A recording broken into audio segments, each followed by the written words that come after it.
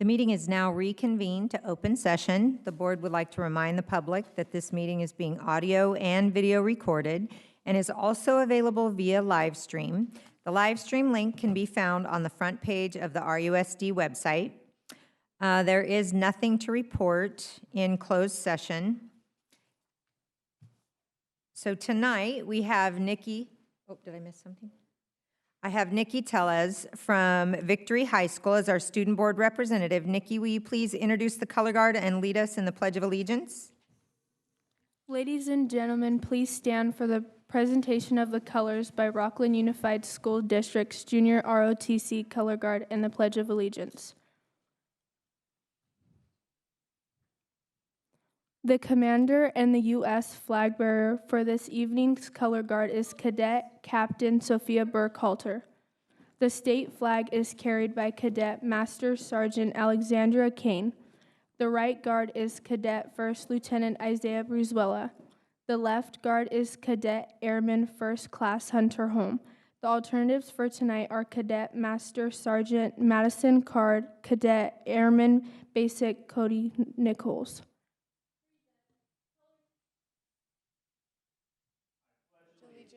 To the flag of the United States of America, and to the republic for which it stands, one nation, under God, indivisible, with liberty and justice for all.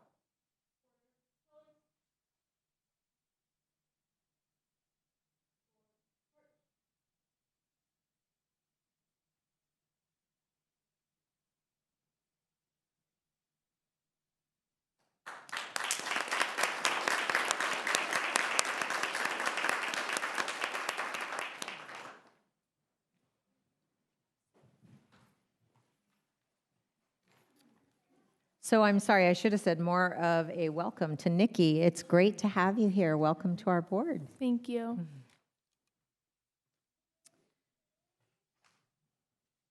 And now moving to our special recognition and presentations portion of the meeting. Chief Dosanjh, will you introduce our family partners in education recognition tonight? Good evening, President Hupp, trustees, and Superintendent Stock. The Family Partners in Education program is an opportunity for the Rocklin Unified School District to acknowledge and appreciate family engagement and involvement, thereby supporting our students to achieve excellence throughout the school year. Quarry Trail Elementary Principal Melanie Moss is introducing the Avila family for tonight's Family Partners in Education recognition.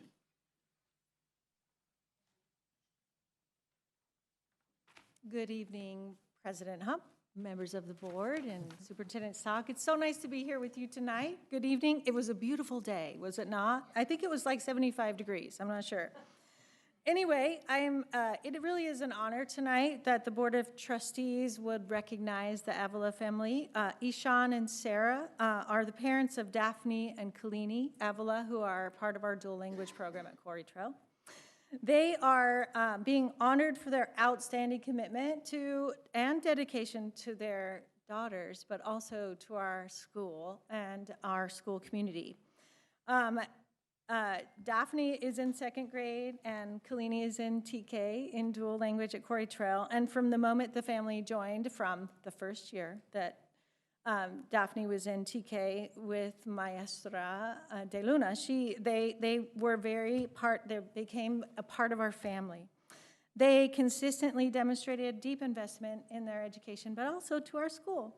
So they volunteer in the classroom and support teachers, and they dedicate additional hours. The biggest thing is we started when we opened Quarry Trail, the Bronco Copy Center. And I feel like both of them, and Ishan especially, and I will say he's not with us this evening because he has been promoted in his field as a pilot, and so he's been training, and she's been a single mom for a while here and doing a great job. But both of them are part of our copy center. They're there all the time, and actually I think they feel just part of the team all the time. And without them, it wouldn't be the same. So what I say with that is that Mr. Avila actually, he's kind of known as the copy king at Quarry Trail, the Bronco copy king. We tried to make a head, on a stick, to bring him. And but in his place, of course, Sarah is always there as well, including this morning while she's being a single parent. I just think that their willingness to step in and support the needs of our teachers and our staff, allowing our teachers to focus on instruction and assessment and other things, and just give them a little bit of extra time is fabulous. So I want to just really thank them for their, I know they do it for their daughters, but they really are part of this community, and we value them deeply. And so thank you so much for honoring them tonight. Come on up, you guys.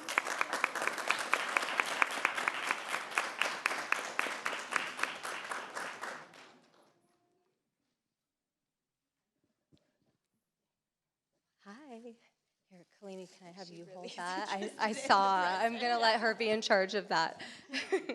Well, thank you for everything that you said and for nominating them. I'm so excited when I learned that it was going to be you guys. I mean, everything you said is spot on. I happen to know them because Marin and Daphne are good friends in school, and coming in to a brand new school that was just developing campus culture and a school community with parents and kids. You guys are just, these are two busy parents, and you'll have to tell Ishan that we say thank you as well.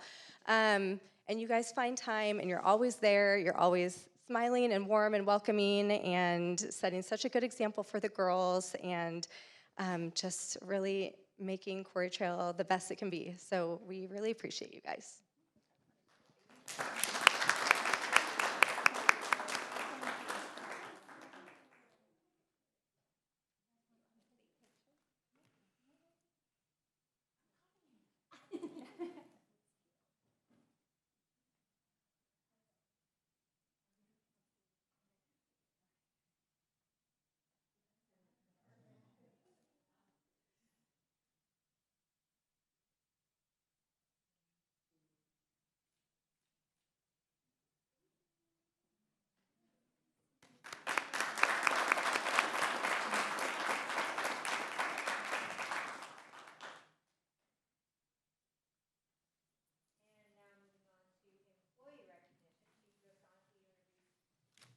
Our employee recognition tonight. President Hupp, trustees, and superintendent Stock. Tonight for our employee recognition, Sierra Elementary Principal Amy Westberg will join us to introduce Emily Dodich.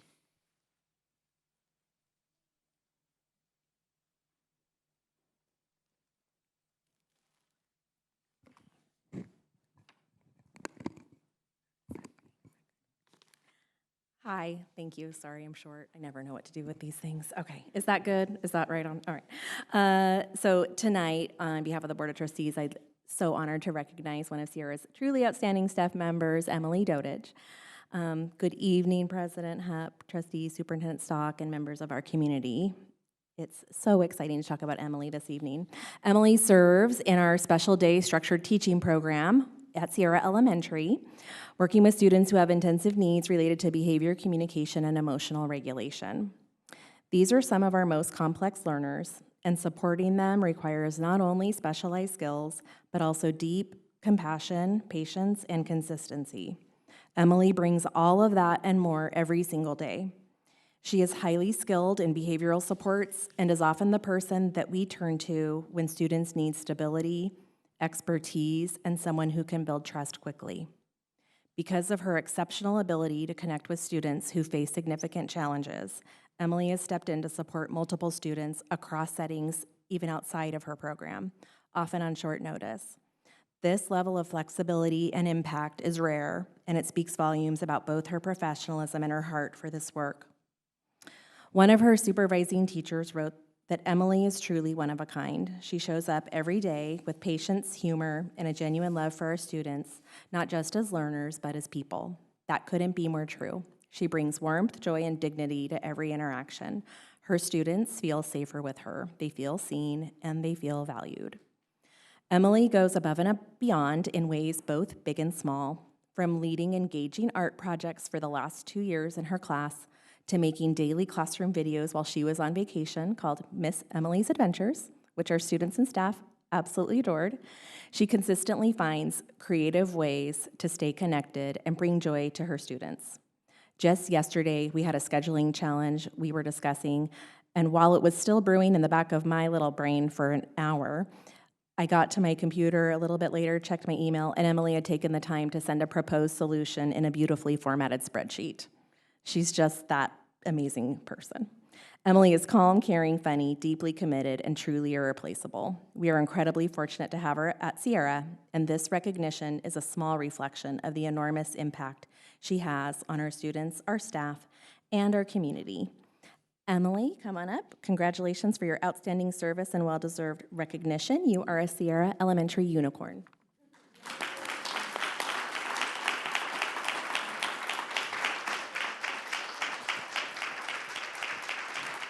So, hang on, we got some fun stuff. Hang on to that, because you don't have enough hands, right? So, thank you for this. Thank you for all you do. It's the being creative, being flexible, and getting that engagement with the kids is amazing. It's an amazing skill. It's an amazing gift, and we are truly thankful for you being there for those kids. And Miss Emily's Adventures, I know they probably only went one direction, but maybe we need to expand those out a little more. I'm sure some kids would love them. So thank you for that. Thank you for everything you do. Thank you.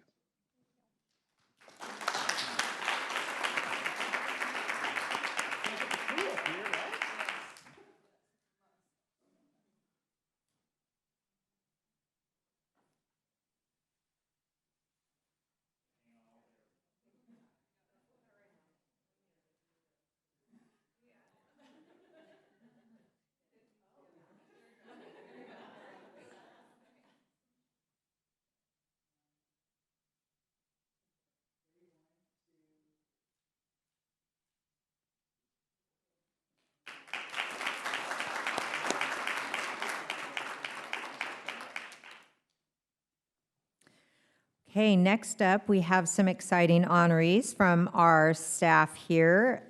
Placer County Association of California School Administrators 25-26 Administrator of the Year Award winners. Please come up to the front, Danielle Lauer, Leslie Holmes, and Ryan Johnson. Come on up.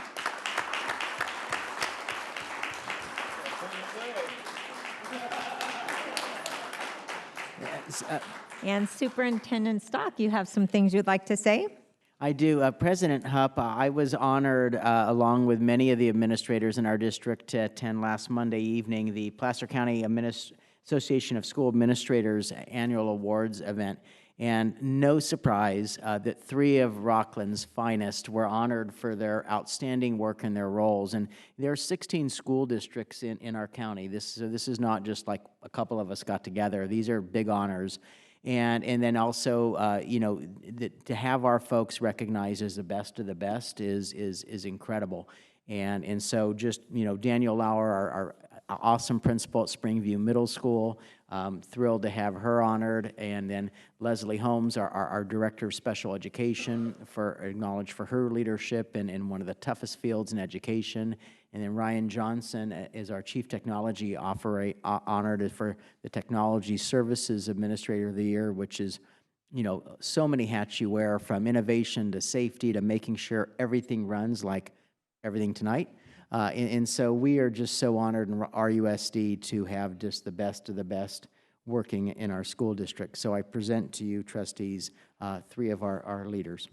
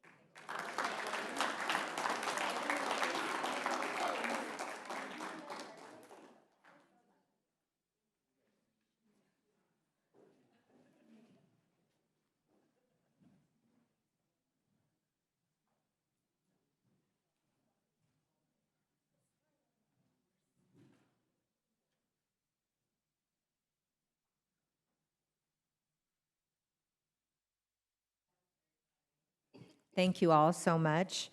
And we want to thank you again, families, for joining us. And while you're more than welcome to stay for the rest of our meeting, now is a good time if you'd like to sneak out the back. We'll pause for just a moment.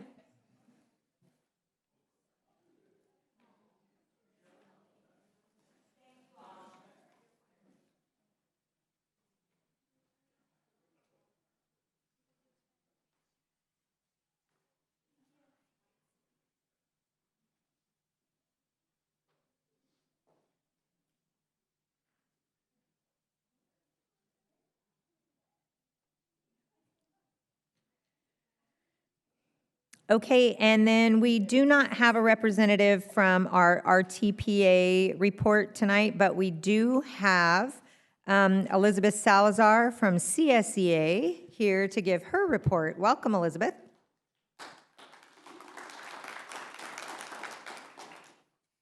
See if I can do a better job this month. Thank you. Well, good evening, President Hupp, Board of Trustees, and Superintendent Stock. I wanted to share that one of our core values in CSEA is empowerment. We believe that an informed workforce is an effective workforce.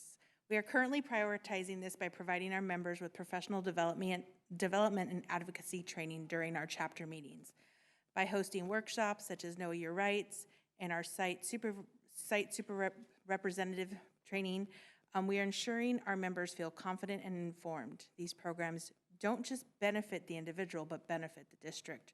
When our staff understands their roles and contract thoroughly, we can resolve issues more effectively and efficiently at the site level, fostering a more professional and stable environment for our students and staff.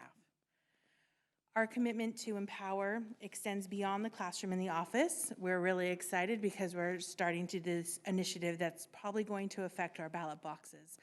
Our members are currently active in the community petitioning to ensure that Proposition 55 extension is on the ballot this November.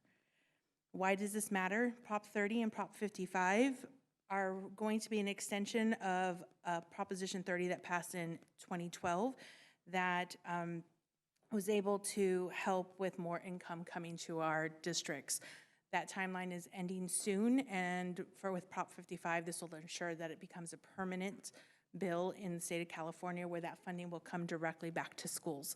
So we're not only just empowering us on our knowledge, but we want to empower the community that those funds continually help to provide more money to our schools.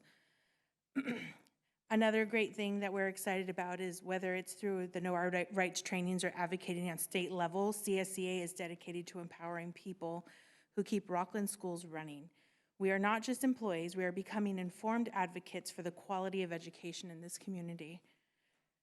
We are also very excited for the tentative agreement that the district and RTPA have settled on last week. We know this was difficult, and hopefully trust can be rebuilt between all parties involved as we move forward. The CSEA is looking forward to come together on February 13th as we address the Me Too clause with our district negotiation team, and we too are able to come to an agreement. I am thankful to all of those that are supporting me in this new role. I would like the board to know that I am here, and I would love to engage in conversations about how we can work together to support and empower our Rocklin family. That's all I have. Thank you. Thank you so much. And you do an excellent job. You are a great representative for your staff. I'm trying. It's been a whirlwind of a month. We have a saying at Quarry Trail that January was like really Jan-year-ary, that it felt like forever. And so we're just going to keep chugging along and doing the things we need to do to make students feel safe and staff feel safe and make sure that everyone is happy in what they're doing here in Rocklin. Wonderful. Thank you, Elizabeth. We still have February, but we have that wonderful week in between. And I personally am going to Cancun. So after the dual language lottery ends, I get to just take a breath for a week. Nice. Yeah. That is wonderful. Thank you. Thank you again. Really appreciate you, Elizabeth. Okay, now we will move on to our student board representative, Nikki. We would like to hear your comments. Will you please share your report? Yes. Rocklin High School successfully hosted its annual course preview day to support students in selecting courses for the 2026-27 school year. Rocklin High School will also be hosting Showcase Night for incoming 9th grade students on Monday, February 9th from 6 to 8 p.m. with optional campus tours beginning at 4:30 p.m. Corey Trail Elementary is preparing for its annual fun run on February 13th, sponsored by the PTC. This event supports supplemental student programs. Sierra Elementary held its second annual Family Cultural Night, celebrating community diversity through cultural displays, a student fashion show, and performances by International Dance Art Collective. Winter assessment data shows students' growth across all academic areas, reflecting on strong efforts of students, staff, and families. Parker Whitney Elementary continues to build an exclusive and engaging learning community through enrichment programs, class innovation, and family events. Rock Creek Elementary participated in the International Great Kindness Challenge at the end of January, featuring kindness boosts during recess and themed spirit days.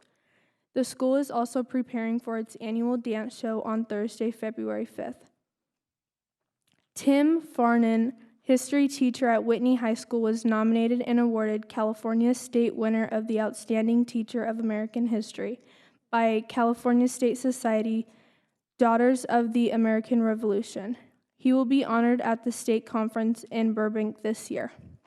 And my favorite, Victory High School and the Alternative Education Center participated in LCAP testing on January 15th, providing students voice in district planning. Appreciation was shared for district leadership and staff who supported the event. Victory High School will host its annual career fair on Friday, February 6th, featuring community partners such as Rocklin Police and Fire, Rocklin City, Sierra College, South Placer, and Relentless Rescue, offering students exposure to career, college, and vocational pathways. The Victory Interact Club will host its annual blood drive on Friday, March 13th from 9:15 to 12:30, continuing its commitment to community service and supporting a crucial and life-saving cause. Thank you. All right, excellent job. Lots of great things around our district. So next we'll have comments from the board and superintendent. Trustees, do you have board comments that you would like to share tonight? I can start. Did you just graduate? Yes, You in have to tell us all November. your news. Okay, so what are you doing? I'm full-time student at Sierra College, and I just got accepted for the student ambassador position at That's Sierra College. awesome. That's so great. Thank you. I got a text that you had news to share, so that is awesome. Congratulations. We are Thank you. so proud of you and excited for you. So is this your last board meeting? No, I think I have one more after this. Okay, good, good. We won't say goodbye yet then.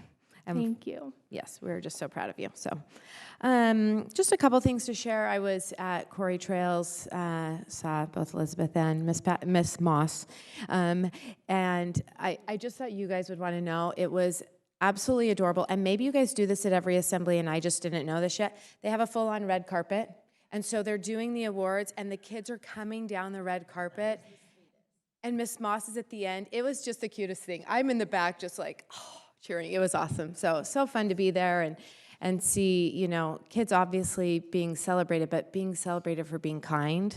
I mean, does it get any better than that? So it was awesome.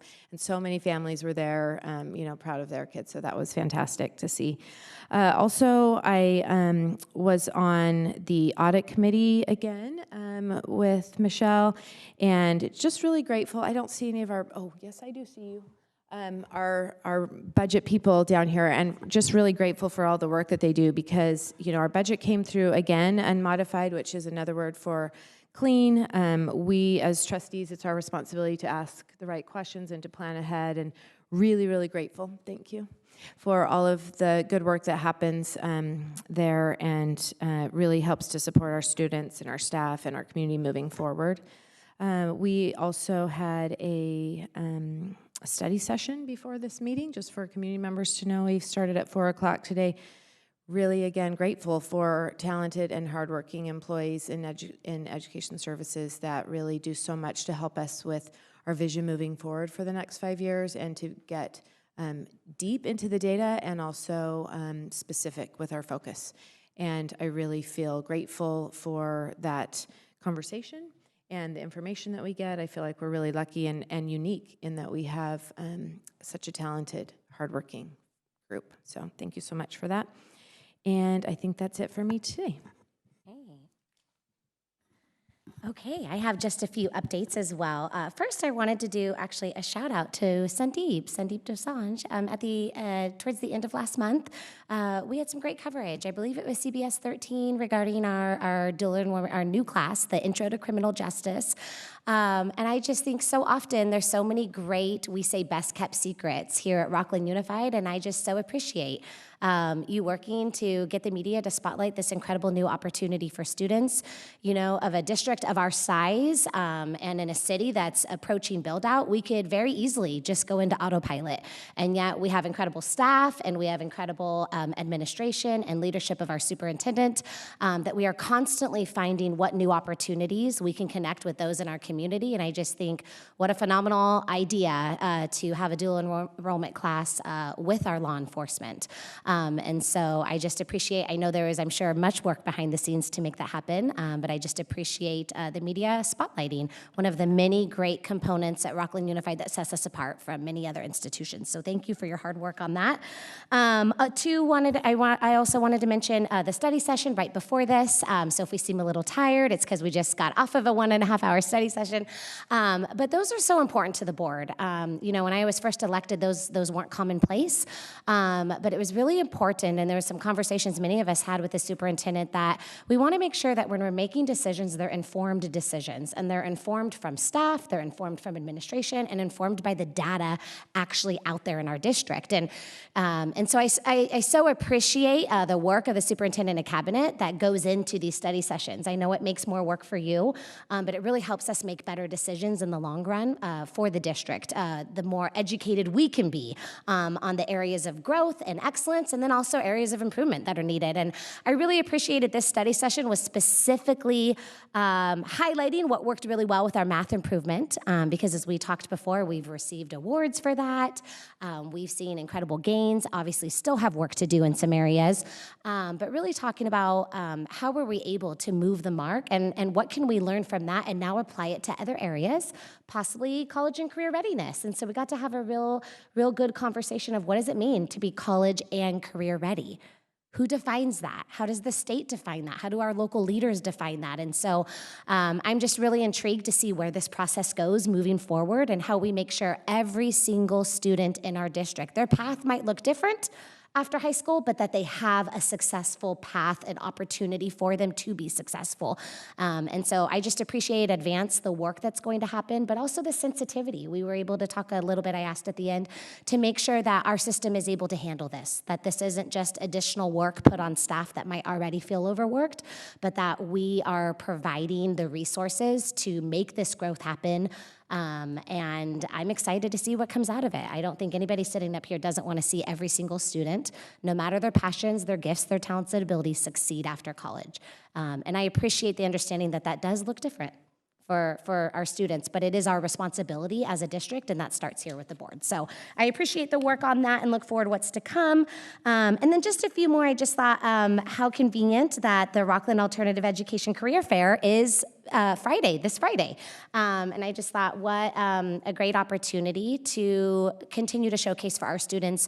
There are incredible career opportunities for them, and we believe in them. And there are many community partners that believe in them and are happy to offer them an opportunity because they want them to stay here in Rocklin. And so, so appreciative. I know I see some staff here tonight. So appreciative of Rocklin Alternative Education, the way they continue to get creative to make sure their students know that they have some incredible options ahead of them. and available to them. And then finally, just always like to do a shout out about LCAP. I know we're going to be talking about it tonight. I know there's so much work that goes into LCAP, but there are so many times as trustees that information that staff and parents give in those LCAP meetings, they're really not just meetings to check a box. We are actively asking, what did staff say in these LCAP surveys? What did parents say in these LCAP surveys? This is how we get a lot of information of what's needed regarding funding or decisions. And so just a shout out, I know we have LCAP meetings coming up. I think the next one's February 12th. Those that are already parents on that committee or those that are staff wanting to give their feedback, please know it is really valued by the board. And I use that. Before I make a decision, I ask, well, what did our LCAP surveys tell us? So please, parents, staff, be honest, give us information that can only help us be better educated and make better decisions. Yeah, I think on that point, for those of you who took the time, parents in the community, to fill out that survey, I know it's advertised as very brief, and that's true. I've gone through it myself, so it really is helpful. I mean, even at the study session this afternoon, there were pieces of that feedback that were incorporated into the presentation. So we do see it. It doesn't just go out into the ether once you hit submit. So thank you again. They covered a lot of what's gone on here today recently. The only other thing I wanted to add was that I was able to go out to the junior ROTC military ball, and it was just a wonderful event. It's such a special just ceremony for these students who have put in such hard work. They are just such excellent character role models on their campuses, and just being part of that ceremony and seeing them earn their new awards was really fun. Always happy to be there. So just thank you for all the updates. Congratulations, Ms. Farnan. I will give him the Scott Collins Whitney Wildcat there. Here we go. Good job. The Rocklin Whitney basketball game was a lot of fun. Great to see the community and the students and just everyone out there. I've told many realtors, if you want to sell houses in Rocklin, you got to bring them to a couple sporting events, and the things do it themselves. So great event there. Thank you for the study session earlier today. Excited that what we've done with math, and it's a great showcase. Looking forward to continuously improving and using those skills, and as we do it, just continue to maintain our educational excellence. I'm on a generally just positive feedback note. It was nice to hear that even though we had to change the whole society in Rocklin, California, and not have e-bikes on campus, most people handled it pretty well. Feedback's been pretty good. Families and kids did it, of all the fear we thought about it, it rolled right through. So thank you for everyone that did that. And then I'll give you a quick shout out. Victory High School has a blood drive on 3/13, about 9 to noon. So if you're not doing anything on the 13th of March, help them out. All right. Thank you so much, trustees. I will just ditto on a lot of those things. Our study session was amazing, and I know a ton of work went into preparing it. And I'm really, really excited for what the future holds. I'm really excited for this new challenge, this new mountain, and I think it's going to be a lot of fun, very educational, and I think it's going to be the best thing for our students, which makes it the most exciting.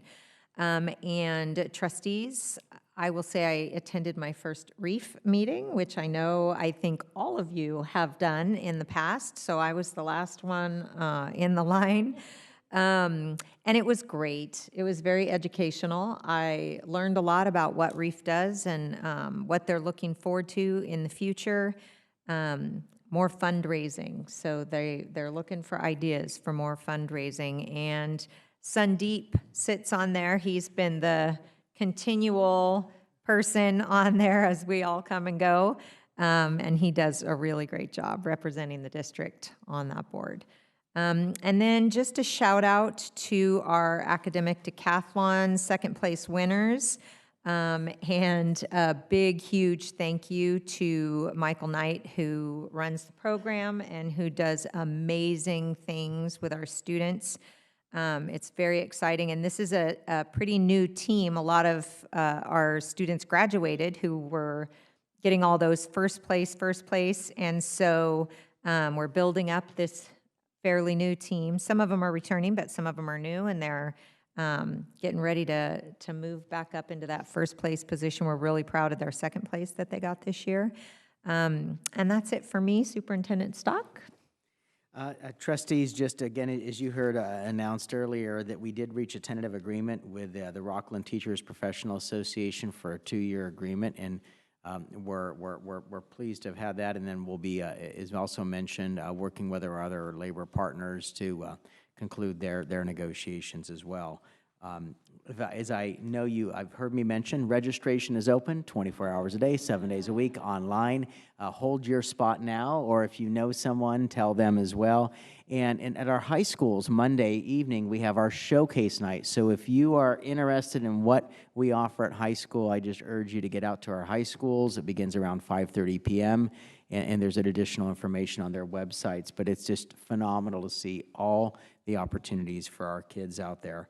And then we continue to have great events for our families and kids as we roll through the year, and we'll be doing some work to kick off the 250th celebration of our country by doing some things here in the district that we'll update you with next month. So be looking forward for that. All right, we'll now move to the consent calendar. All matters listed under the consent calendar to be considered routine and will be enacted by one motion, followed by a roll call vote. There will be no separate discussions of these items unless the Board of Trustees requests specific items to be removed from the consent calendar for separate discussion and action. Any items removed will be voted upon following the motion to approve the consent calendar. And I actually would like to remove something from the consent calendar. I would like to move item 9.10 and have it moved to the March agenda.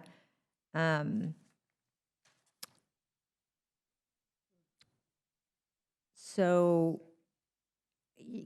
do I need a second for that? Just pull it and move it, okay. So, is there a motion to approve the remainder of the consent agenda items? So moved. Okay, first by Trustee Price. Second. Second by Trustee Counter. Georgia, will you please call the roll? Rita Les, Yes. Rochelle Price, Yes. Tiffany Sadoff, Yes. Michelle Sutherland, Yes. Derek Counter, Yes. Julie Hupp. Yes. Okay.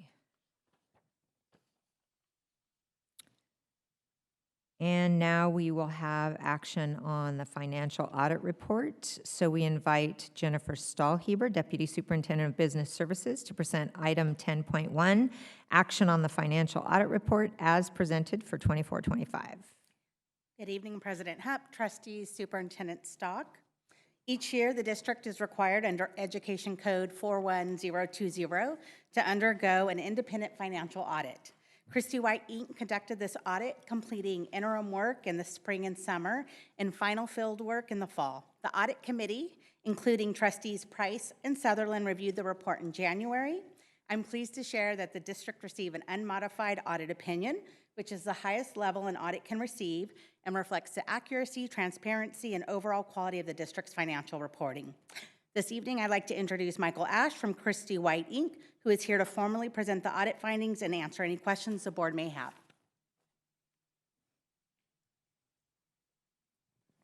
Well, good evening. Thank you very much, Jennifer, and thank you to the board for having me here tonight. And you spoke earlier about the warm weather. Well, I live in San Diego, so I think the only logical explanation is that I brought it with me. It was beautiful. So you're very welcome for that. But yes, as Jennifer said, I'm here to present the 24-25 audit. It's a little bit later than usual. There was a delay. The OMB federal compliance supplement, usually it comes out in May, and it didn't come out until the day after Thanksgiving. So it was delayed. So that's why we're just a little bit later than we usually are. But fantastic results. I always direct boards to one page. So if you look at page 88, it's the summary of auditors' results. We went through the report with the audit committee in much more detail, but I'm just going to go through this really quickly and then answer any questions that you might have. So you'll see on that, the first section's on the financial statements. You'll see unmodified opinion. That's the best that you can possibly have. That means that in our independent auditor's opinion, These financial statements are fairly stated in all material respects, so that's what you want. Internal control over financial reporting. So every school district has to get their audit under what's called government auditing standards.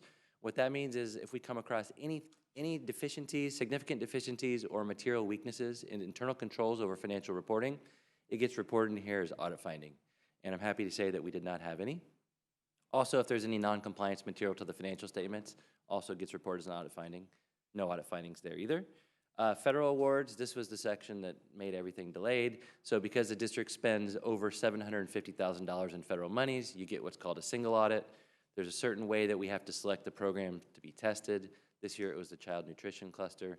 And within those programs are certain compliance requirements that we have to test.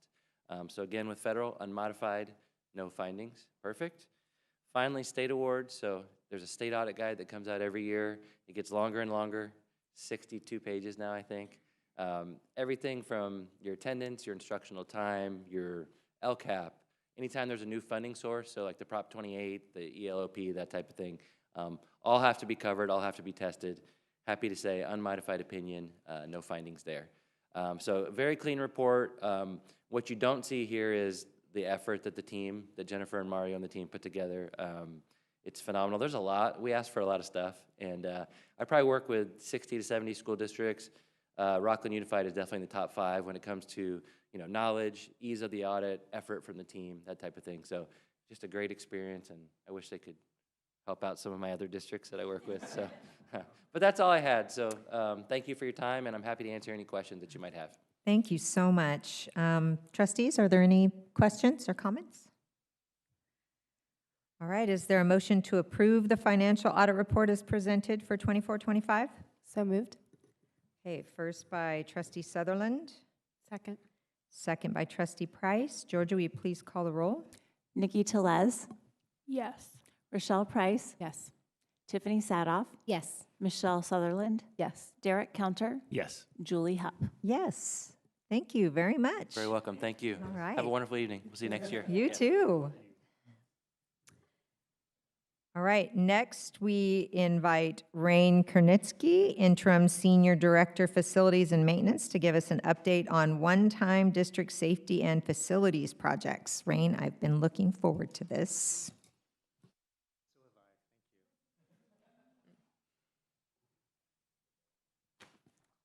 All right, let's get to this.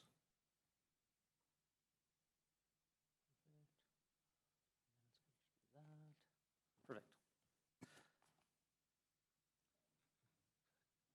Good evening. Yep. Right there. Yep, perfect. Nope, almost. Just arrows. Good evening, President Hupp, trustees, Superintendent Stock. I appreciate the opportunity to speak with you tonight. I'm here to provide an update on the significant one-time safety facilities projects initiated following the generous allocation approved by the board in May 2025 of $7.1 million, with $1.5 million being specifically allocated towards safety projects and the remaining $5.65 million being allocated to all sites to spend on stakeholder-identified facilities improvements. These projects are not just investments in our physical spaces, but are crucial steps towards ensuring the safety and well-being of our students, staff, and the community at large. Thank you for your support, and I'd like to dive into the details.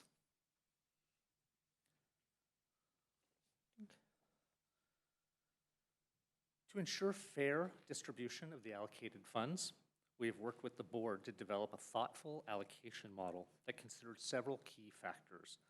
The final allocation amount was determined by combining these factors. First, allocations were adjusted based on this type of site, whether an elementary school, middle school, high school, or alternative education center. Different site types have unique needs, and this differentiation allows us to cater specifically to these requirements. Next, site enrollment and average daily attendance was factored in. Higher enrollment numbers often necessitate resources to maintain safe and functional environments. So this benchmark plays a crucial role in determining each site's funding. The age of each site was also taken into account, as older schools may require modernization of efforts. Sites that are older may face more significant infrastructure challenges, thus impacting their final allocation. And finally, we considered the unduplicated pupil percentage, which includes English learners, foster youth, and low socioeconomic students. By prioritizing funding for schools with higher percentages of these vulnerable populations, we aim to address additional barriers and promote fair access to quality educational facilities. By incorporating these factors, this allocation model not only enhances fairness, but also ensures that each site receives the support needed to meet its specific challenges, ultimately benefiting all students across the district. You can see on this range that funding ranges by site type, with our alternative education center receiving $100,000, elementary schools receiving a range between $150,000 and $415,000, middle schools receiving between $335,000 and $400,000, and high schools receiving between $500,000 and $575,000.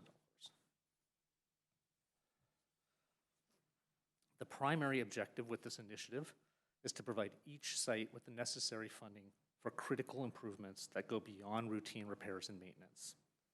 This investment aims to enhance the overall safety and functionality of our facilities, ultimately fostering a better environment for student engagement. Out of the total allocation of $7.1 million, funds have been strategically distributed across all sites. This allocation is designed to address vital areas of safety, functionality, and student engagement, ensuring that our schools meet the evolving needs of our students and staff.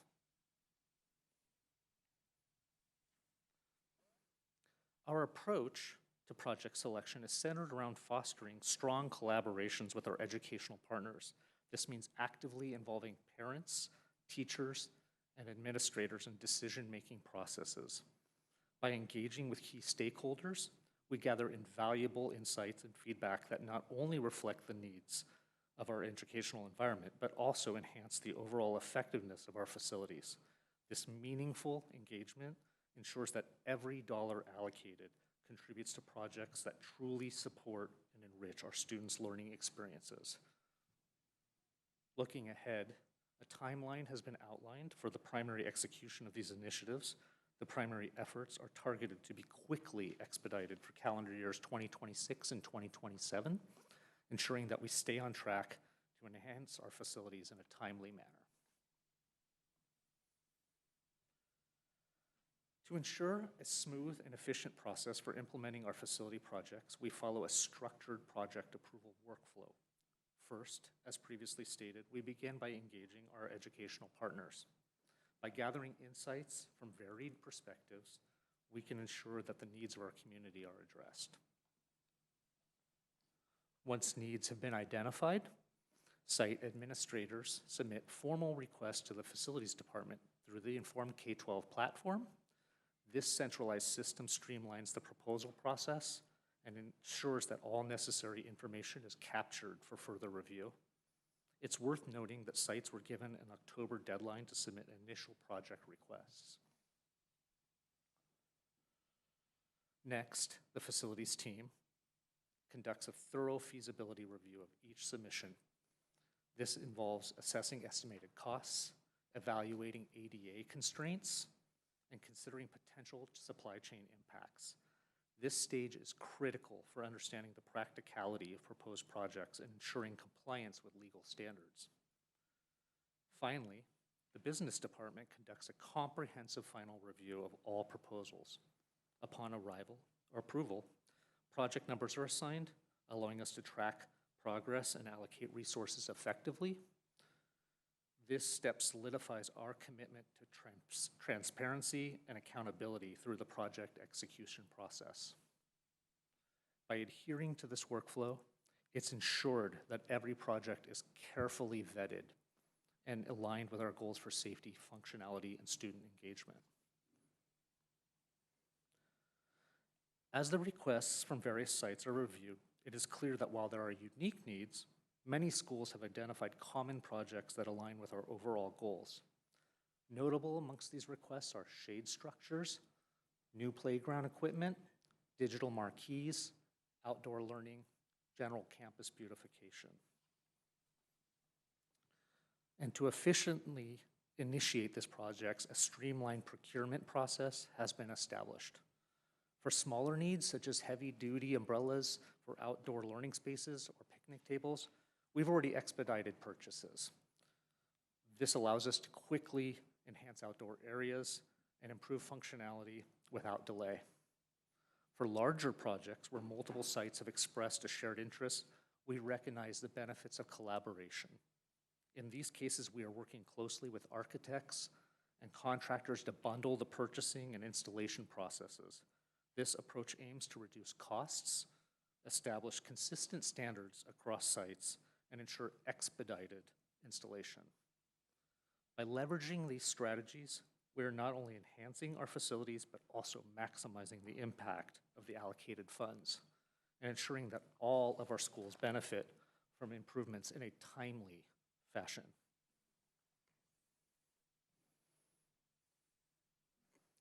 Ryan, can you tell us on that last slide, what I would did love to. what did Granite Oaks do in their library? What are they? Oh, I'm going to talk about that. Okay, good. Yeah, I'm highlighting that. You want me to Perfect. answer, or do you want to wait? I'll wait if you want. Okay, perfect. I'm excited about that. So, and thank you for that. 5.6 out of the $7.1 million was specifically allocated to one-time facilities projects. And as of February, now, 2026, 4.42 million, or 78%, has been approved or committed to various projects. This figure reflects a high rate of project initiation, demonstrating our commitment to promptly implementing these critical improvements. And I would also like to take a moment now to highlight the incredible support we've received from our community, particularly through our partnerships with PTCs. The district is committed to providing up to $10,000 per site in matching funds for money raised by PTCs. And this initiative has fostered a spirit of collaboration and active engagement amongst parents and community members. And I'm proud to share that within our community, 13 sites have collectively raised an impressive $130,000 on top of this budget amount. So this significant contribution underscores the commitment of our families and local stakeholders to enhance our educational facilities.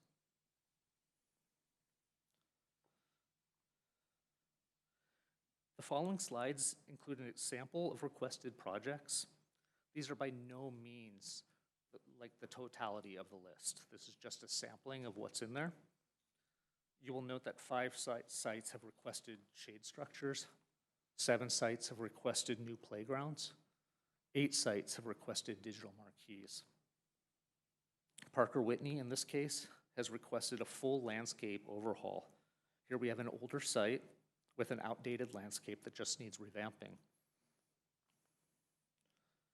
Quarry Trail has requested a shade structure. And here we have our newest school, but there are still needs that have been identified to improve the facility. Sunset Ranch is looking to build a motor sensory play space, and I'll speak more to that shortly. At Granite Oaks Middle School, we're looking to build a large closed bike rack for increased organization and security. I'll get to the nest. Springview is looking to have 2 shade structures installed. And the list of projects requested by the high schools are as varied as the schools are from one another. Rocklin High School, for example, has requested a gym lobby refresh, an expanded outdoor CTE workspace, and portable restrooms for sporting events. Whitney High School has requested a stadium press box refurbish, bathroom upgrades, and multiple painting projects, a few of which have already been approved and completed. Victory High School has requested a digital marquee, a new ice machine, and equipment for enhanced outdoor learning spaces.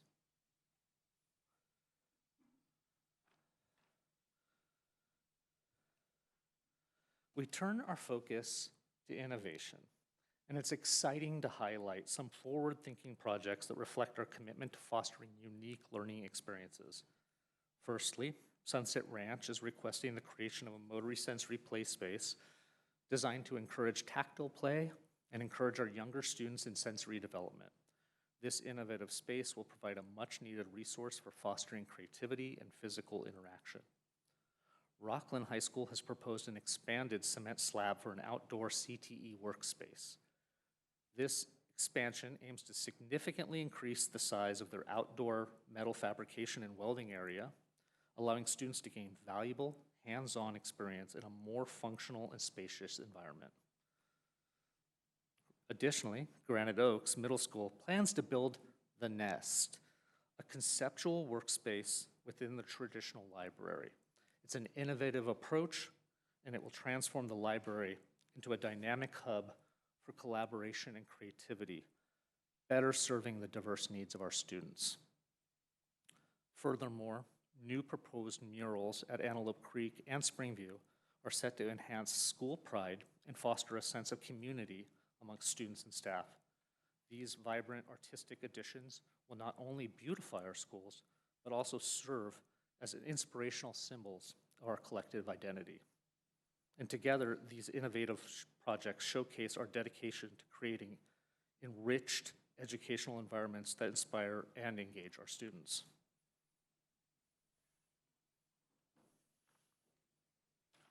Part of the $7.1 million the board approved in May include 1.5 specifically allocated towards safety investments across our schools.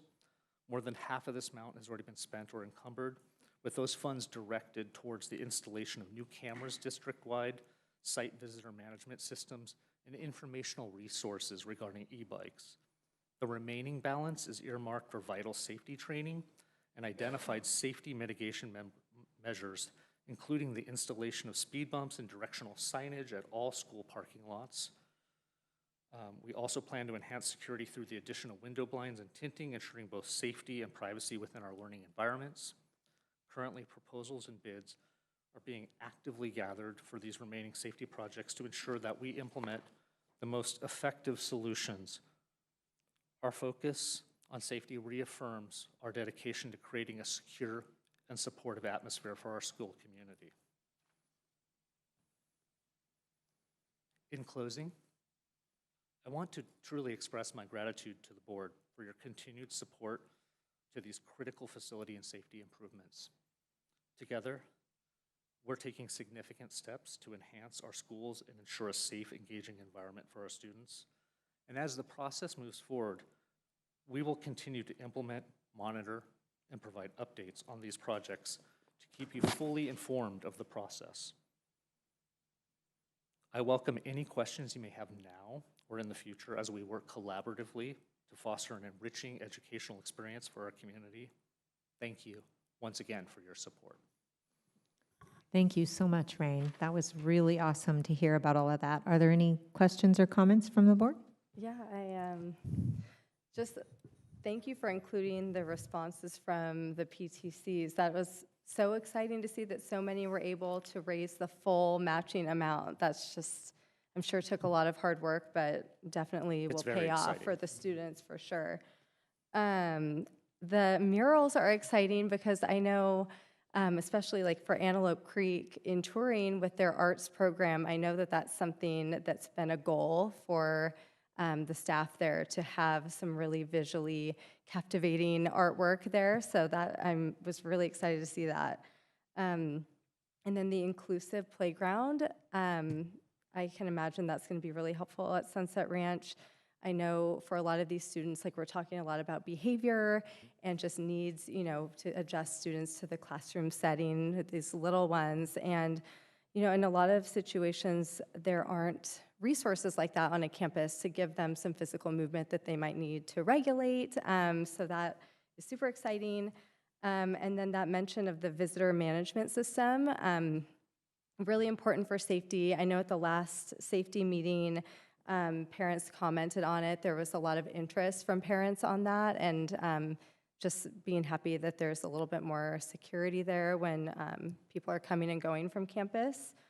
The only real question I had was as far as like the feasibility review, were there any projects proposed by any of the sites that were found to not be feasible when they were reviewed?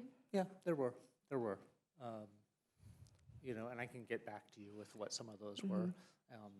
Were there, I mean, do you feel like by and large, there were ways to work around to find We were something able to that work they? around most of the issues. Ones that we had issues with would have really like gone deep into like DSA, complete rebuilding of entire buildings. Got it. Like people were engaged More and structural. super excited. The ones that really just were like, where, you know, facilities and business got together were like, this is getting into like essentially rebuilding an entire building. Okay. And it would eat up their entire allocation as well. Got it. So. Okay, perfect. Thank you. But the response has been positive, That's because there's always a why. Right, and it's so different from campus to campus, which Yeah. is exciting to see. Yeah.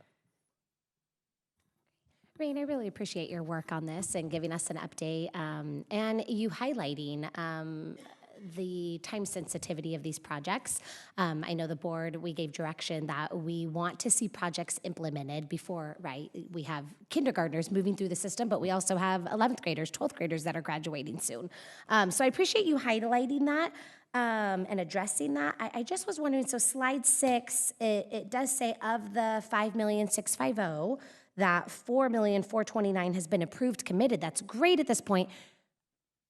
I hear approved, committed. Do we expect those projects to be completed as well? I know you highlighted a few completed, but I just want to make sure we're able to complete these projects, hopefully within a time. Within the 27, 28 timeframe. Great. Yes.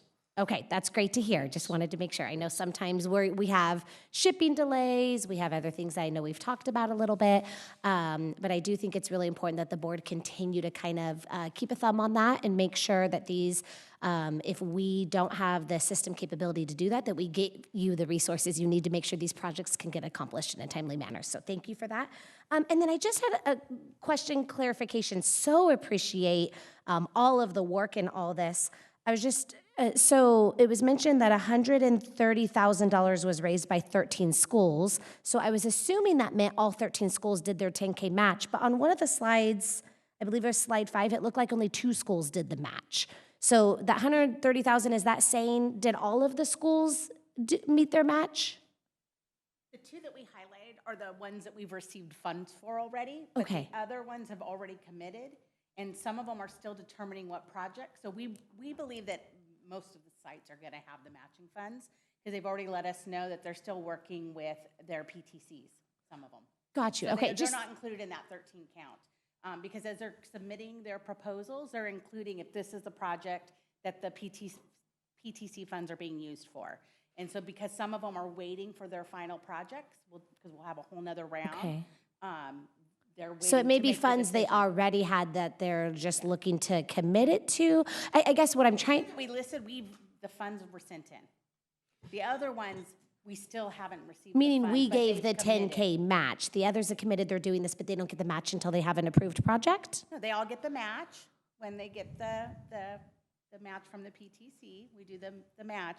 So there's 13 that in their proposals, their PTCs have already committed. Okay, so we've The given all 2, 13 the The 10K? projects have already moved forward enough that the PTCs have submitted the funds. The other ones, the funds are still forthcoming. And then other sites have shared with us that they will have projects at the PTC that they have not submitted yet.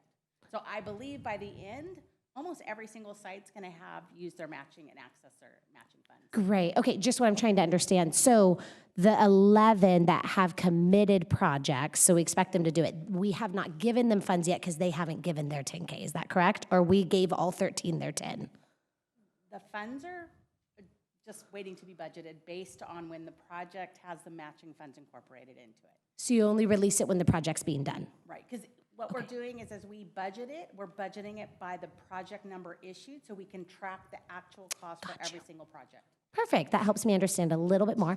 And the reason I ask that is I want to make sure we keep a pulse on that if any are really struggling for that, because some schools, as we talked, they might have a population that is not able to accomplish that task like others will. I do think we tried to strike a healthy balance of a number that we felt was fair, but I do want to just keep a pulse if we find that there's some schools really struggling with that component. But thank you for the update.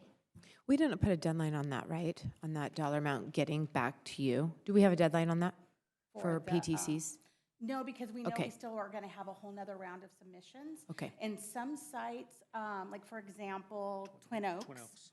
Like, they've waited because they have this big portable project, and they want to see what that looks like before they finalize Yeah. some of their projects. Okay, great, thank you.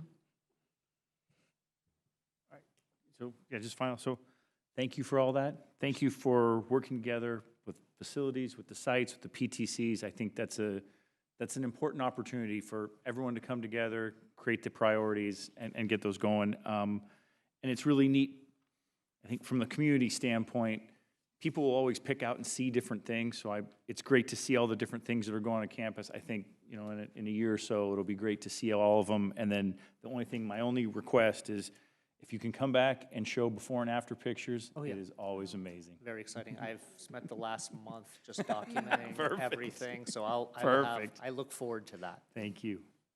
Great. So do we. We're looking forward to those pictures. Okay. All right, thank you, Rain. All right, thanks, guys. And we will now move to Hannah Anderson, Director of Innovation, School Programs and Accountability. She'll join us to present the mid-year update on the Local Control and Accountability Plan.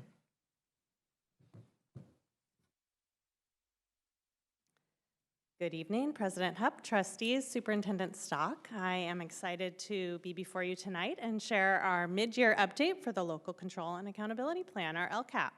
During the presentation tonight, I will share input we've received so far from our educational partners, update you on the implementation and impact of our actions, review our 24 through 27 plan, it's a 3-year plan, including mid-year progress on goals, and share next steps.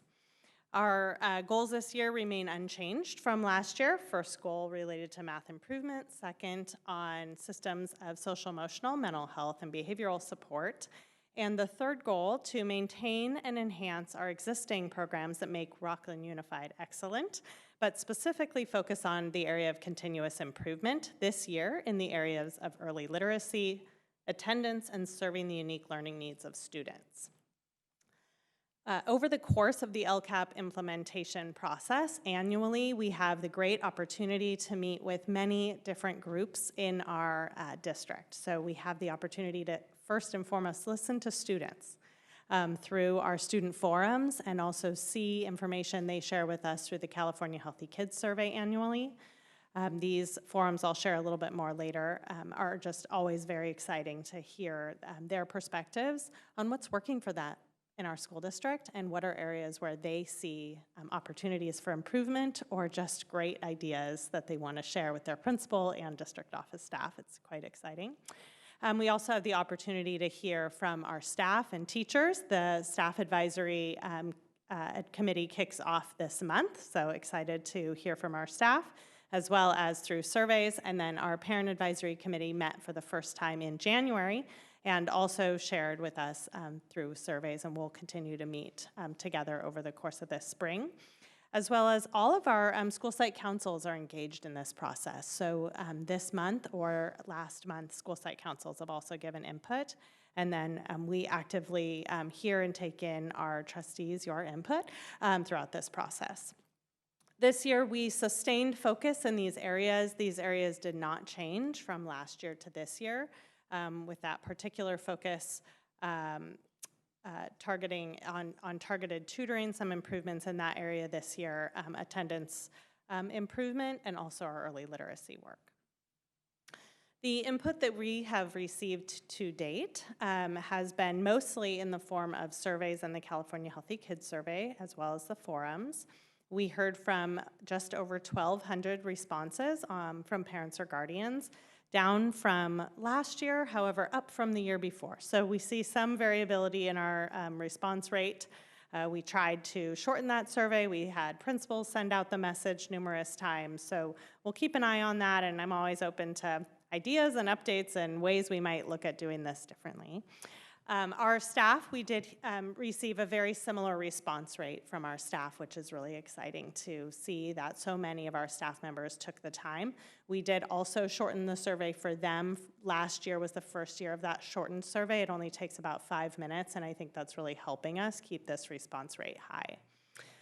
We had the opportunity for student forums to be at Antelope Creek and Breen Elementary Schools this year, Granite Oaks Middle School, and both Whitney and Victory High Schools.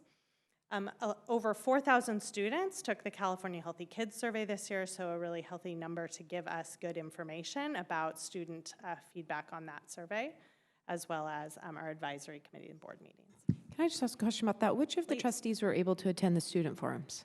I didn't know if I hadn't heard that anybody had gone, and you had us listed, so. Trustees, we unfortunately did not get those dates out to you this year. We are sorry. That's okay. I Yes. would like to be included, and know. I'll speak. I'm guessing my colleagues would as well. It is always so valuable having your input there, and we are sorry that was definitely a ball that got dropped this year. So we will make sure that you get those invitations and that you are included in those forums. Thank you. I am more than happy to share the detailed notes with you if you want to see the input that, because we don't take down names, but do scribe almost everything that's shared in those forums, so I can follow up with you. Goal 1 highlighted actions. Many of the areas of Goal 1 are in sustainment. The improvement efforts were made previously in this goal and we're sustaining. However, I'll call your attention to this last bullet point, continued areas of refinement in our assessments, taking in feedback from teachers, especially at the elementary level, thinking about, we brought in those math common assessments, and we heard from our elementary teachers we have to do the Bridges assessments and the MAP assessment, and we have CASP assessment, and now we're also using these math common assessments. Could we trial having a year where we use the curricular assessment, the Bridges assessment, in place of the math common assessment? And so Director Davidson and her team have been working hard this year with teachers to inform those common assessments and switch to that methodology. We'll be sharing more with trustees throughout the year on that, but this is just an example of how our system is being responsive as we move through this goal to try to continue with the high rates of achievement, but also lessen the burden on our staff. In the area of Goal 2, the main change in this area is the installation and training of an integrated systems framework district leadership team. That is a lot of jargony terms. What that means is historically we think about behavioral supports living in one area, and then social emotional mental health supports, or social emotional supports living in one area, and mental health supports. And oftentimes, even in the district, you might have different teams guiding that work. One team is guiding the behavioral needs. One team is guiding mental health supports. One team is saying, here's some things we could do for social emotional learning. What this is looking at is how do we have one integrated team, both at the district level and at school teams, so that if a student needs a support, they don't need to be talked about in 3 separate meetings to receive that support, that there is a single delivery system. So we're in the middle of that training and installation process, and we will bring back information about that as we move through. We also, in the 3rd bullet point there, also are excited that we've done some training with our teachers of our youngest learners, our transitional kindergarten students, who have some different social, emotional, and behavioral needs. The world is a different place, and they are coming into public schools, many of them for the first time, and sometimes they need a little bit more help with regulation. And we're seeing that in our classrooms, and have a pilot group of 12 elementary teachers participating in a protocol called the Regulated Classroom, to really look at what are those strategies we could be using with all students to help reset our learning environments so that they decrease stress, so that they make sure that all students have the opportunity to access learning without getting emotionally dysregulated in the classroom. This shows a little snapshot of our California Healthy Kids survey data, and I just wanted to highlight for you that we've had some great increases. I'm going to focus on the top 2 lines on school connectedness, because that has been a major area. It's been a focus of Goal 2 for the last 5 years. And in school connectedness this year, we looked at, not only did we see year-over-year change, so last year's 9th graders had 67% of them feel connected to school. This year it's 71%. So the different groups of students are seeing a change.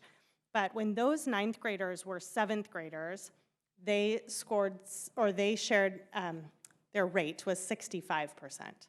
So we've seen a 6% increase in our current ninth graders' connectedness to school, and that's the same for our 11th grade students. When they were ninth graders, their score was 63%. So we've seen significant progress in the area of school connectedness. And then the next one down, we are seeing the rates of students perceiving school as safe or very safe increase. And for this one, we can show 4 years worth of growth. So there are 77% of our 11th grade students that school is perceived as safe or very safe. When they were ninth grade students, that was 70%. And when they were 7th grade students, that was 66%. So we've seen an 11% growth in them perceiving school as safe or very safe, which speaks highly to the work that schools are doing and that you are all investing in social emotional well-being, school connectedness, and safe spaces at school through the designated funds for school safety. I also think that's such a shout out to our high schools that really make such an effort to get kids connected to clubs and teachers and groups and all of those things, that it's working. It is, and I'm so sorry that you didn't get to hear it, because when we were talking with high schoolers this year, we did not hear the same sentiment of lack of connection as we've heard in previous years. It was notably absent, and it was very exciting to hear progress in that area. For social, emotional, and behavioral supports, in both of these questions, they're asking about MTSS, and for behavioral supports on the left and social, emotional supports on the right. We saw an overall decrease when you look at last year's survey results to this year's survey results. I'm gonna back up and share. Sorry, we do this annually, but I've been looking at these slides for a few weeks, you all have not been. This slide represents a little bit of information from our staff survey that we just gave last month, and that closed last Friday. So first and foremost, I want to give a huge shout out to our data assessment evaluation specialist, Diana Romeri, who it used to take us a couple of weeks to analyze these survey results. She did it in 3 hours on Friday. It was so amazing, and we're very lucky to have her. I'm very fortunate to have her. So what we see in these results is that there is a decrease from last year, which is the white boxes on the right, to this year, the left, the green boxes on the left. We see that in the overall all respondents, but that is actually because the majority of the change is in elementary school. We see a significant dip, and this is the first year we've seen that dip in elementary school. This has been a metric that has been increasing as these supports have increased in our schools.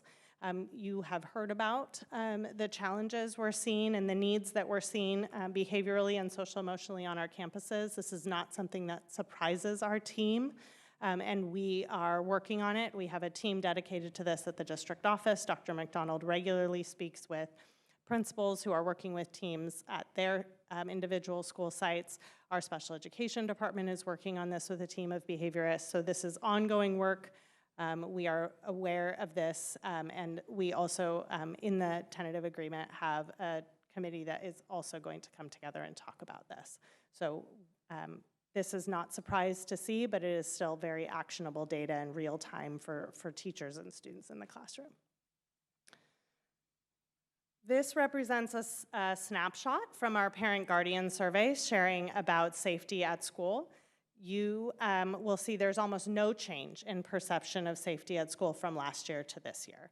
Very small change in the unknown at the secondary level, and that's just about it on the slide. So overall, a high percentage of parents and guardians believe their students are safe in our schools. Highlighted actions within Goal 3 is the continued work in early literacy, which has been expanded to 2nd grade this year. So there's been significant training and professional development targeting for 2nd grade teachers. And then the last bullet point is looking at some additional English language development training that has been offered to our elementary school sites, as well as all of our secondary teachers working with our English learner students are coming together for 3 days of professional development this year, and also talking about how can they support our English learner students when they're not in ELD classes throughout their school day. How do we support all of our secondary staff with working with English learner students as we see more students need these supports. This needs assessment will be revised over the next couple of months. These needs you see are very similar to last year because our survey results just came in and we're in the middle of our engagement process. So this month, the focus with our advisory teams will be to dive into that survey data, fully update our needs assessment. We do take our needs assessment annually from the information we hear. So all of that education partner perception data, our survey results, our California Healthy Kids survey. We also take in the information I had the opportunity to bring before you last month, the California dashboard. That information is brought in, as well as all of the metrics that are in attachment A for you and attachment B. All of that information is looked at through advisory committees to update these. We're seeing for year 3 what we want to be seeing. It's continuing and sustaining. And then in the area of behavior and social emotional, specifically at the elementary school, there will be an enhancement and a change. Right? But everything else is in this sustain mode. And then the last bullet point on this slide references that we have ongoing and continued work to do with our students in homelessness. We did see progress made on the California school dashboard, but the differentiated assistance our district is in, that's a 2-year process. We have made progress for these student groups, for this student group, but we need to continue to focus on it. It needs to be part of our needs assessment to show ongoing growth, over multiple years. Talking with my hands too much. Okay, student forum themes. This year, in the 5 schools that we went and spoke with, we heard strong peer and staff relationships continue to be central to students' sense of belonging and respect. They really shared that they value relationships with each other, and they value the strong relationships that they have with staff members on campus, teachers, and all of our classified staff. Lots of shout outs for them during these times. That also increases their sense of safety and feelings of fairness on our campuses. In terms of learning, and math in particular, because we asked students about their experiences in math, students continue to value those step-by-step instructions they hear from teachers.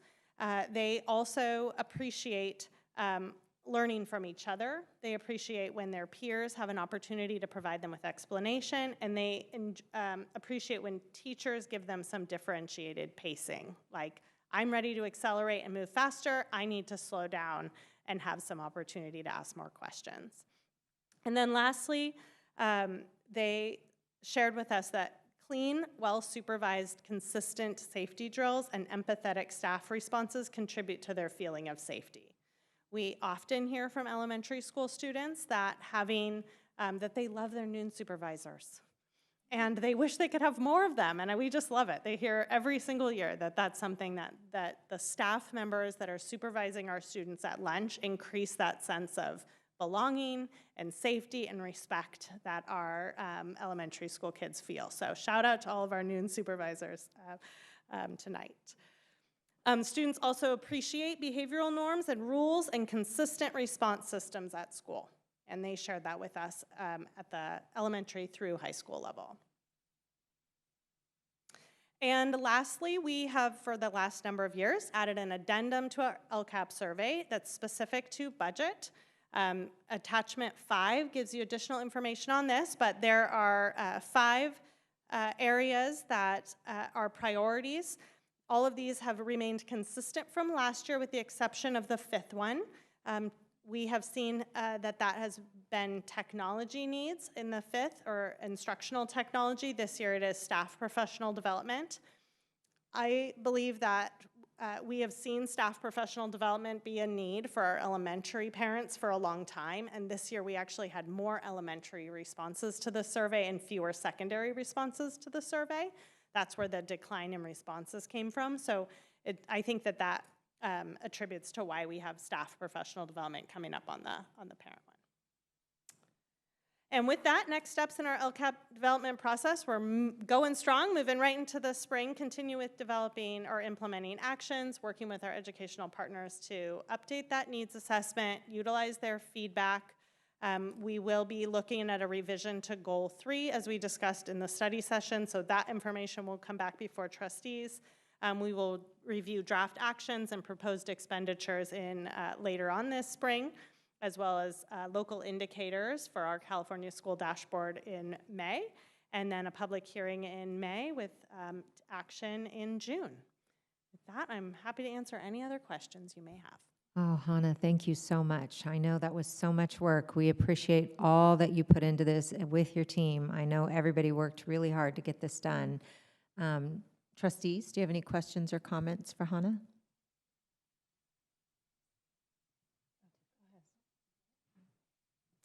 Thank you for all of your hard work. Oh, it's a lot to compile together, but I really appreciate the opportunity to get to talk. And I know we've kind of talked in phases, right? Like we recently talked at our last board meeting that we would be diving deep into LCAP. And so I appreciate all of the attachments as well. I always I think it's important for a trustee to look at the monitoring goals, actions, and resources document because it shows, the planned actions, the budgeted monies, and then it shows how much we've spent to this point or this point in the year. And so I know most times we talk about LCAP, I usually have questions about that. I wanted to highlight and say there are so many great things that we have already been able to accomplish. Here we're at the beginning of February, and we've done incredible work. And sometimes you don't see that in a district. You see districts that sometimes, something's budgeted back early in the fall, but yet we actually don't even see the expenditure hit until closer to the end of the year. And I was just really impressed to see with Rocklin, we've already implemented a lot of the things that we said we were going to do to provide supports for students. And so I really wanted to commend you on that because that's an indicator, a way of seeing, are we doing what we said we were going to do? So that's great news. I just had two that caught my eye, not even necessarily negative. They just caught my eye going through, I think, it's a 79-page document. And so if you look on page 11, it's the section, I believe this was under specifically the first goal, the math goal, but it talks about strengthen data analysis. Which I know we've talked about. That's what helps us as a board be able to make decisions. There's been such good work in that area. I just noticed the budget of 123, we're already at 119. Important work. Do we need, I know some of the other areas came in a little under budget, but said already fully implemented. Are you anticipating we need to allocate more funds for that? How are you feeling about that? I am not anticipating that we need to allocate more funds for this. A lot of this goal actually, or this action takes place with existing staff that we have in education services. So it really is just diverting staff's attention. Perfect, And as we had some change in personnel in education services and we moved to a different model in elementary school for implementing interventions this year. It's just making sure all those people are trained and ready to go. And I saw some of it was training that I'm sure already happened, so maybe you don't need to do it again. I just know that's an area that's really important as a trustee, that if we need to discuss, more allocation or whatever we need to do to make sure we're able to get the data we need to make the best decisions moving forward, that is really important to me. So great, good to hear, but if you do have a hiccup, let us know. And then I just had one more, and you won't be surprised. I actually almost called you, but I'm like, you would just laugh if I called you. But tutoring. You knew I was going to ask. Just because I think there are many families that have the resources to get those additional supports. But we will always, hopefully not, but we typically will have students that aren't able to get those additional out-of-school supports. And so, of course, I scrolled through to see, okay, how's our tutoring doing? So great to see we've already had tutoring piloted and being done. I did notice, though, that we had budgeted such a small amount, and I guess I didn't catch that earlier in the year. And so I'm just wondering, $15,000, I don't think that would go very far for the number of students that probably need it. I read the description on there, but can you talk me through, are we not having student interest? Is there a reason I like to save money, don't get me wrong, but I want to make sure we're giving tutoring resources to students. I appreciate you asking that, and we absolutely are. 15,000 is only the supplemental amount of money that we're allocating towards this action. We have other categorical money in our expanded learning opportunity program funding that we have also set aside to tutor students. So we do have 3 different tutoring programs going on right now. Our tutoring that is with in-district staff, so our teachers and our instructional aides who have identified a need in their class and have said, I am seeing this need, here's the data that supports this need, here's when I'm planning on meeting with students and intervening. We have that as Oh, one is that during the tutoring. school day? Because what I noticed on here is it said after school, and I was wondering how that happens for maybe like our homeless youth population or foster youth. I would think after school's hard. So we do have the ability to do during the school day. Those tutoring, that tutoring I just mentioned is also after school. We have been pushing a lot of the tutoring programs as part of our expanded learning opportunity program. So these are students who are on our campuses after school, and we have the opportunity to enhance that program by pushing in a tutoring support or pulling those students out of that program. So there's a third-party virtual tutoring happening this year after school for expanded learning. That we started last spring, and we're seeing some initial gains from that, and so we have continued that, and that is actually why we're a little over budget in this area, because that tutoring is expensive, but we are seeing gains for students with that expanded learning opportunity, as well as when our own teachers tutor, we get the best gains.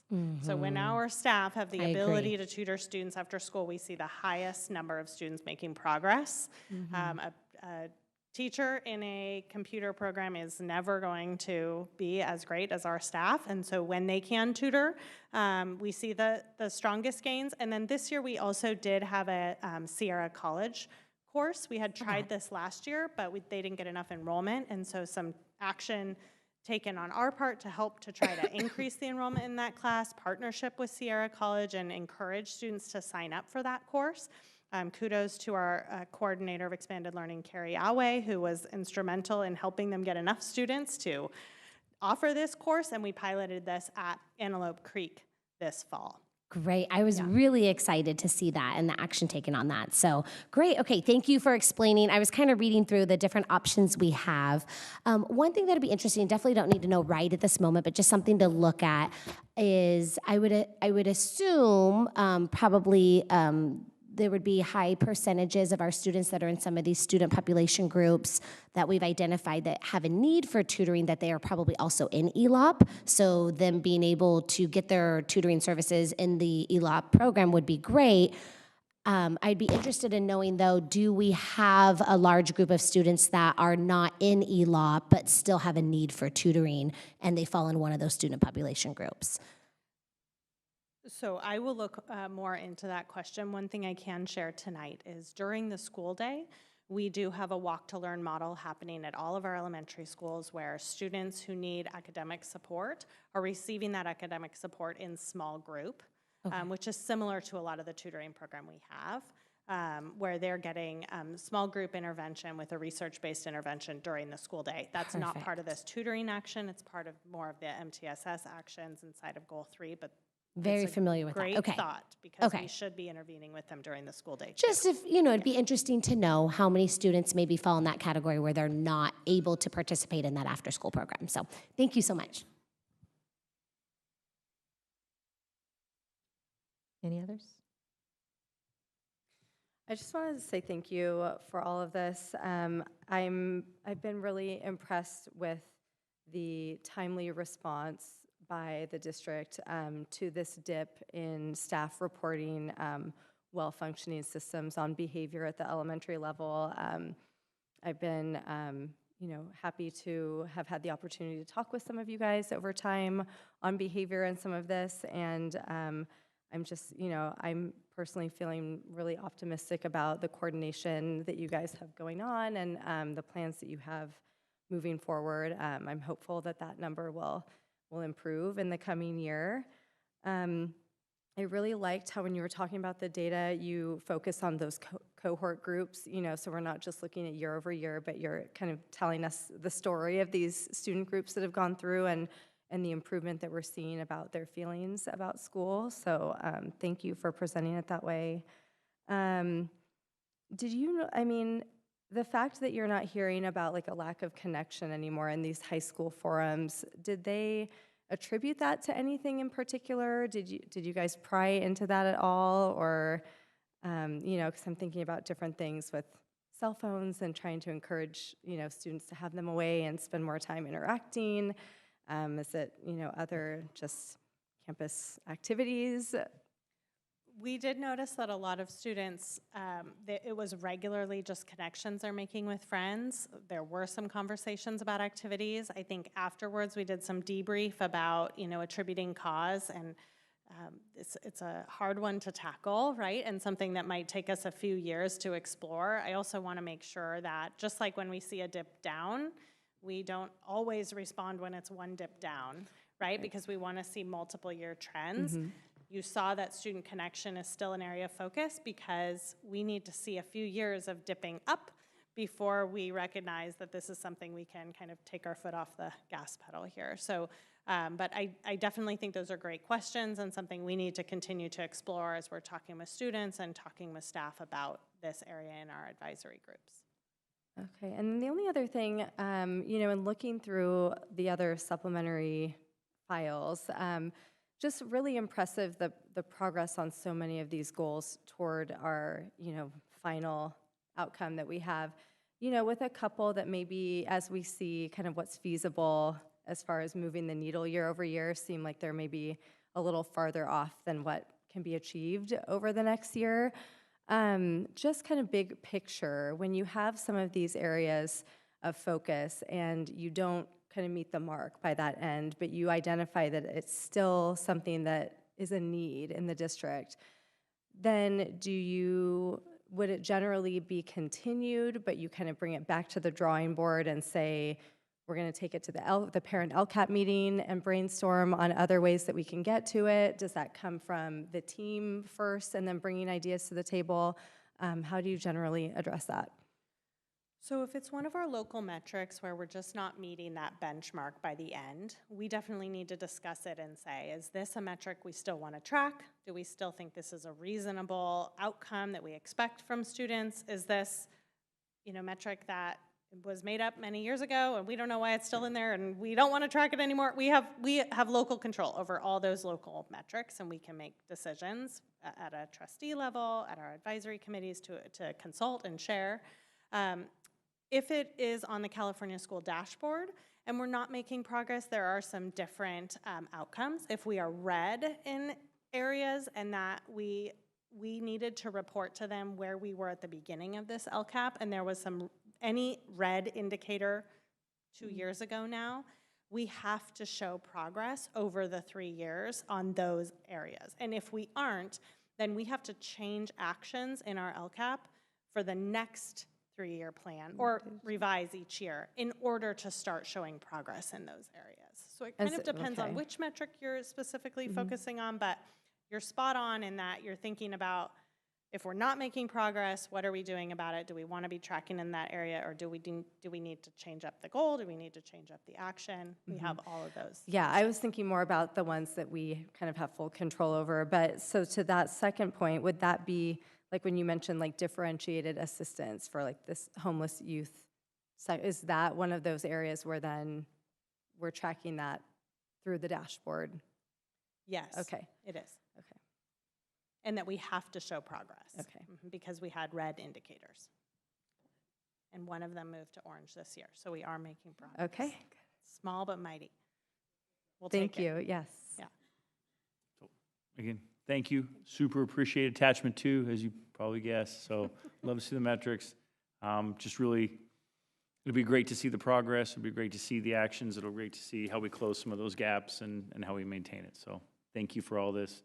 Not many people probably read past, some of the attachments, but thank you for including them. Thank you. All right, Hannah, thank you again. We appreciate you.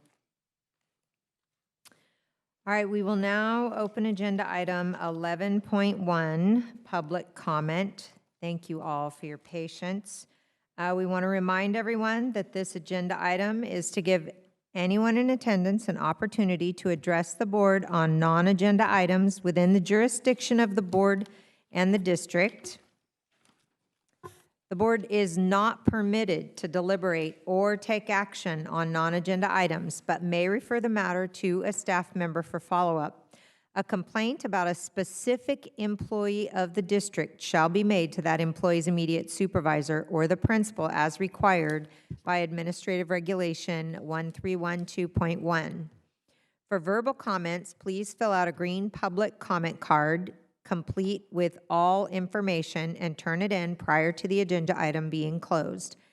I will call your name to step up to the podium and let you know who's on deck. When you approach the podium, please restate your name, the city you live in, and the school your children attend. You will have 2 minutes to address the board.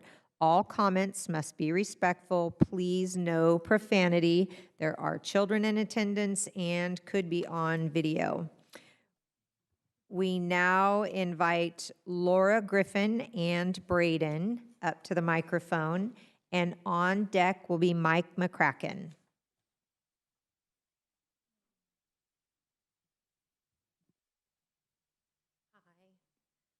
My name is Laura Griffin. We live in Rocklin, and he goes to Quarry Trail. Got a middle schooler as well at Granite Oaks, right? I'm thinking about that for a second. We moved to Rocklin about a year ago from Virginia. I grew up here, so we came back to be with family. We'd been there for about 15 years. And my son has a vision impairment, and he's in 4th grade. When we got here, we're a little shocked that when he goes through your libraries, whether it be the public libraries, which I know you guys can't control, and the school libraries, he's a 4th grader, and he reads at about a 6th grade level. He's been reading since he was like about 4, just turning 4. So he's my great reader. But when he goes to the libraries, the only books he can read are your kindergarten ones. The print is too small. You have no books in your libraries. I've talked to the vision teacher. Placer County has no books in their public libraries and their public school libraries that are large print. He should be reading a book of this print. I can give it to you guys if you want to look at it. This is like what you and I would read. And I don't know if anyone has reading glasses. If you do, you're probably a +1, 2, maybe a 3. He's a +8.5. So if you took off your reading glasses, you wouldn't be able to read this book. He needs a book like this that we've purchased for him. It's much larger.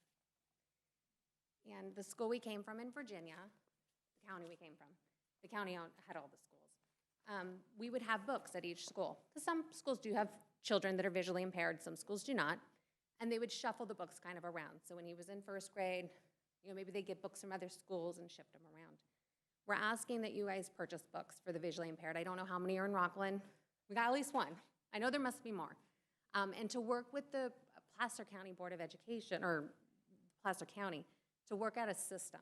There should be a library book system with visually impaired, books for children with visual impairments. So there should be books that are large print, kindergarten through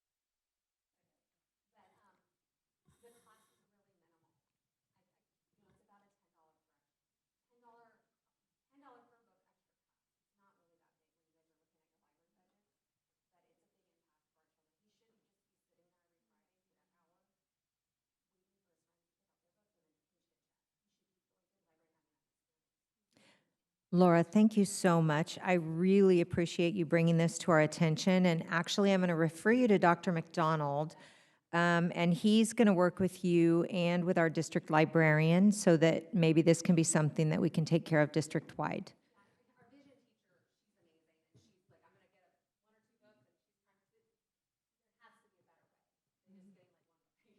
Yes, we 100% agree with you, and I can see nods all across our board.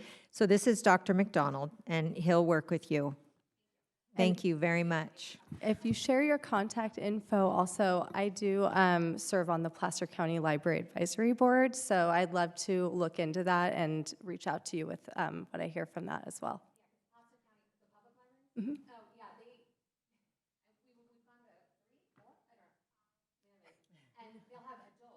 Mhm. Mhm. Yeah. Right. Yeah. Not your interests, I'm sure. Yeah.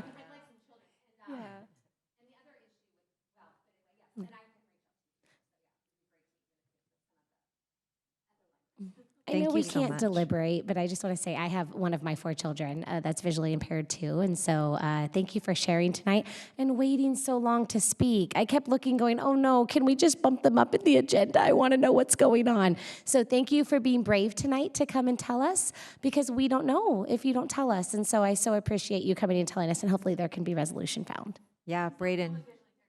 Right. Yeah. And you have helped a lot of people tonight. Good job, buddy. Thank you. All right, so up next is Mike McCracken, and on deck is Jamal Ogans. Rocklin, 2 children, one in Granite Oaks, one in Victory. I also support the previous speaker's proposal to bring in books for the visually impaired. It's a great idea. I come with one simple proposal: remove screen devices from Rocklin schools. Studies show as screen usage in schools increases, student performance and cognitive development decreases.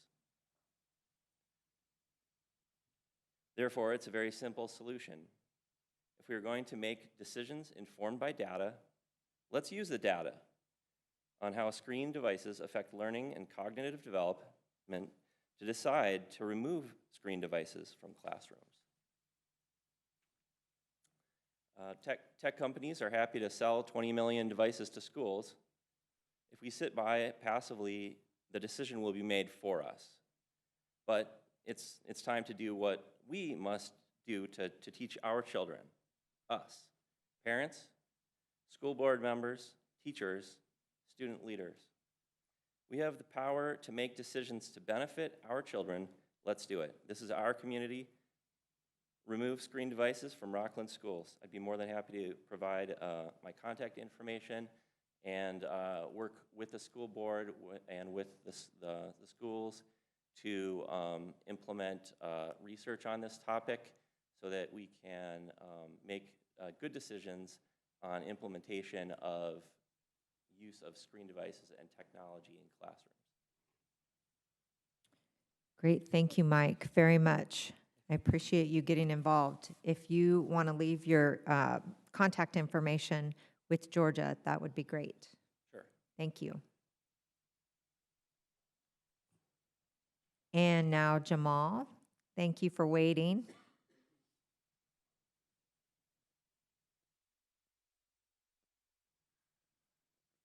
Jamal Ogans, Lincoln, California, Whitney High School.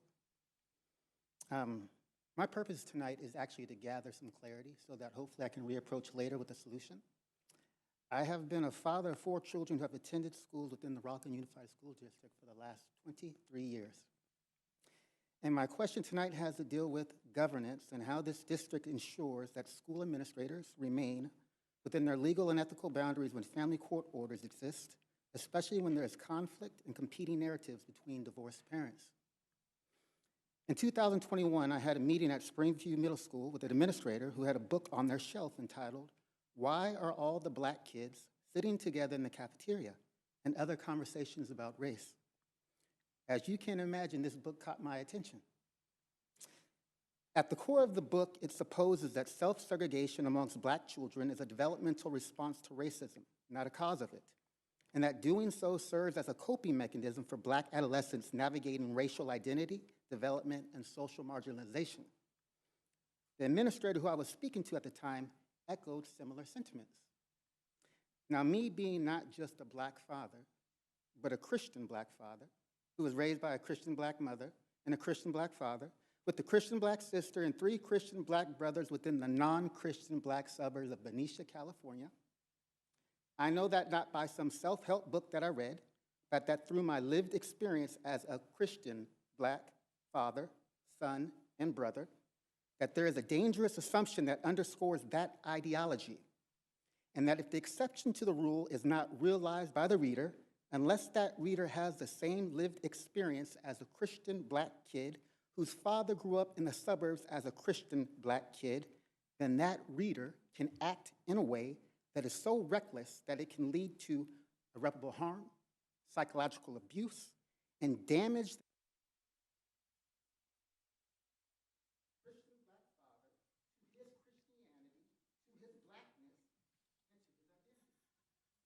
Jamal, that's time. Thank you so much. And I do hope you'll follow up with an email and let us know the rest of your message. Yeah, and we can actually come down and talk to you personally. Yeah, thank you. Okay, so